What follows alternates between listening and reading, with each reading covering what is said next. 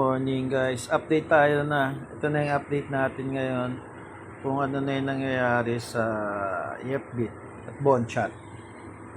Yung Bonchat ngayon, wala. Open pa rin naman siya pero syempre nagkakagulo na yung mga tao. May mga tao pa rin kasi na hindi matanggap na nag-rug pull na siya.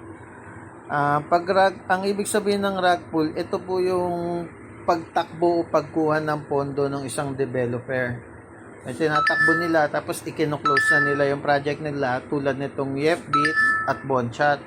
So ngayon nakikipag-communicate pa rin naman yung mga founder nito. So tinatry pa nilang kumuha pa ng pondo sa mga taong naniniwala sa kanila. Meron silang bagong inopen. Ito yon yung Axiom account. Axiom X ang tawag nila dito. No? Magre-register ka parang YepBit din. Sinasabi nila dito, para tuloy-tuloy pa rin yung trading mo, kumita ka pa rin, mag-register ka dito. Pero para makapag-register ka dito at magamit mo siya, kailangan mong mag-deposito ulit. Ang kailangan mong i-deposito is 20% ng total amount nung fund mo sa YepBit. Kunyari, may 1,000 USDT ka sa YepBit, ang need mong i-deposito sa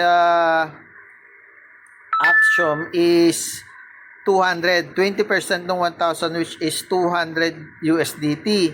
Tapos pag nakapag-deposito ka na, ang lalabas na daw sa total credit mo is yung sa YepBit mo na 1,000 plus 200. Di magiging 1,2 na yung total credit mo dun sa bagong account mo na 200 lang yung binigay mo. Tapos, hindi mo pwedeng withdrawin yung fund mo. Pero yung total na kita mo daily daw is pwede mong withdrawin.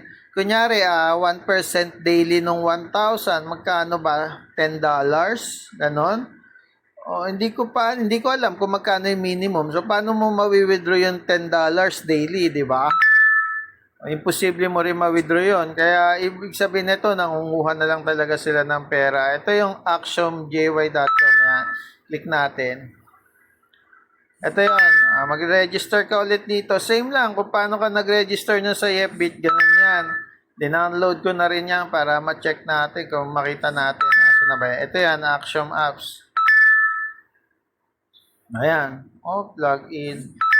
Submit natin. Ayan. Login siya. Ganun na ganun pa rin. Iba lang yung UI niya. Iba lang din. Pero ganun pa rin kung paano. May home, may code, may trade. May asset pa rin. Ayan. Ganun pa rin. Same na same pa rin siya nung YepBit. Iniba lang nila, nag-rebrand lang sila from YepBit. Tinawag na nila tong Axiom. Ayan. So, kung kayo gusto nyong mag-deposito, try nyo. Pero for sure, kumukuha na lang to sila ng dagdag kita o dagdag itatakbo.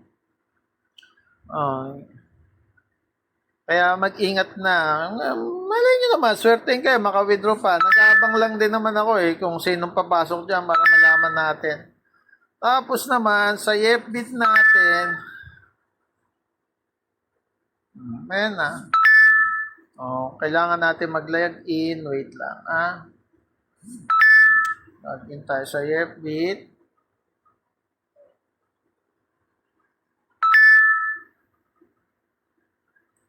Ito na YepBit natin. Ano pa naman siya, gumagana pa.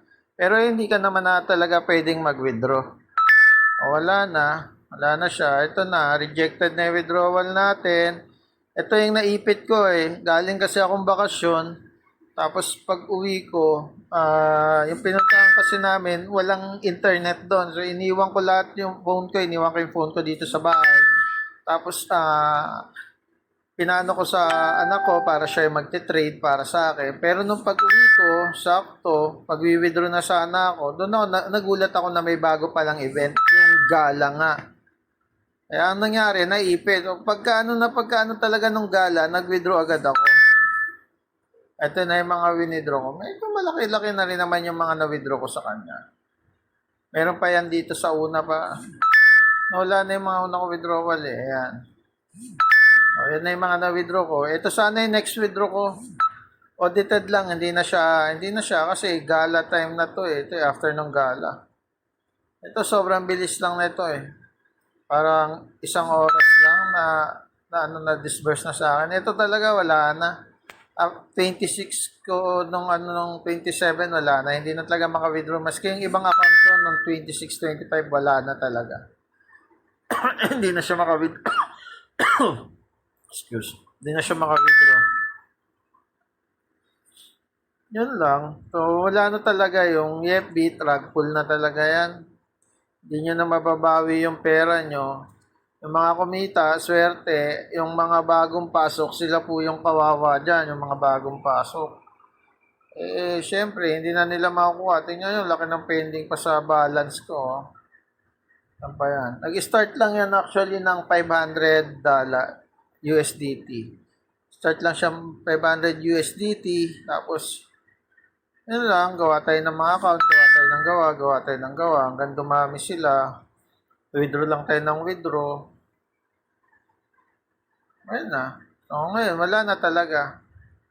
Hindi ka na makapag-withdraw. Yung pera mo dyan, di mo na yan mababawi kasi nga, wala na yan.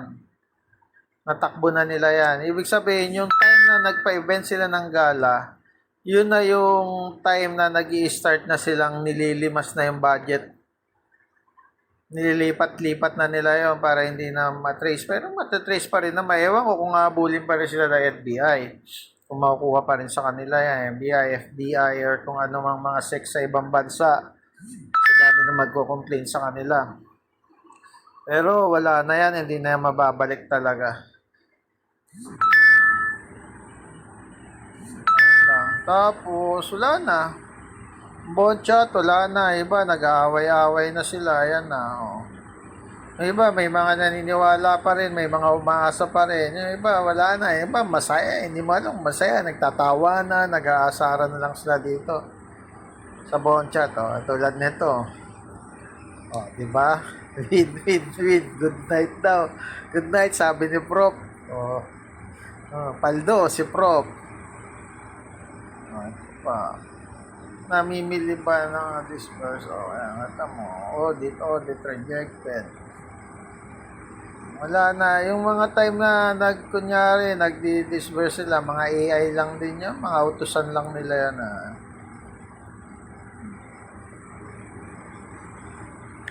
Yun lang. So, yung FBIT, wala na yon. Huwag nyo nang asahan yan. Hindi nyo na makakuha yung pera nyo dyan. Yan po yung update natin. Wala nang FBIT. Rug pull na siya.